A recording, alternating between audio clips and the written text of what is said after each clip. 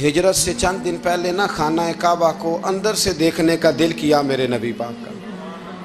کیا مجھے مکہ چھوڑ کے مدینہ طیبہ جانا ہے تو میں ذرا کعبہ معظمہ کے اندر سے زیارت کر لوں. عثمان بن طلحہ ایک شخص تھا جو کلید بردار تھا، جس کے پاس خانہ کعبہ کی چابی ہوتی. حضور صلی اللہ تعالیٰ علیہ وسلم نے اس سے کہا کہ بھائی چابی ذرا دے دو، میں خانہ کعبہ کے اندر سے زیارت کرنا چاہتا ہوں. کہنے لگا کوئی اور ہوتا تو میں دے دیتا، آپ کو نہیں دوں گا. معاذ اللہ ثم معاذ اللہ. حضور وہیں چاہتے نا، وہیں چاہتے تو حضرت عمر اگر حکم دیں تو زمین تیل واپس کرتی ہے، تو حضور حکم دیتے تو وہ کافر اندر دھنسا لیتی زمین. سارا کام اسی وقت ہو جاتا. لیکن حضور نے کیا فرمایا؟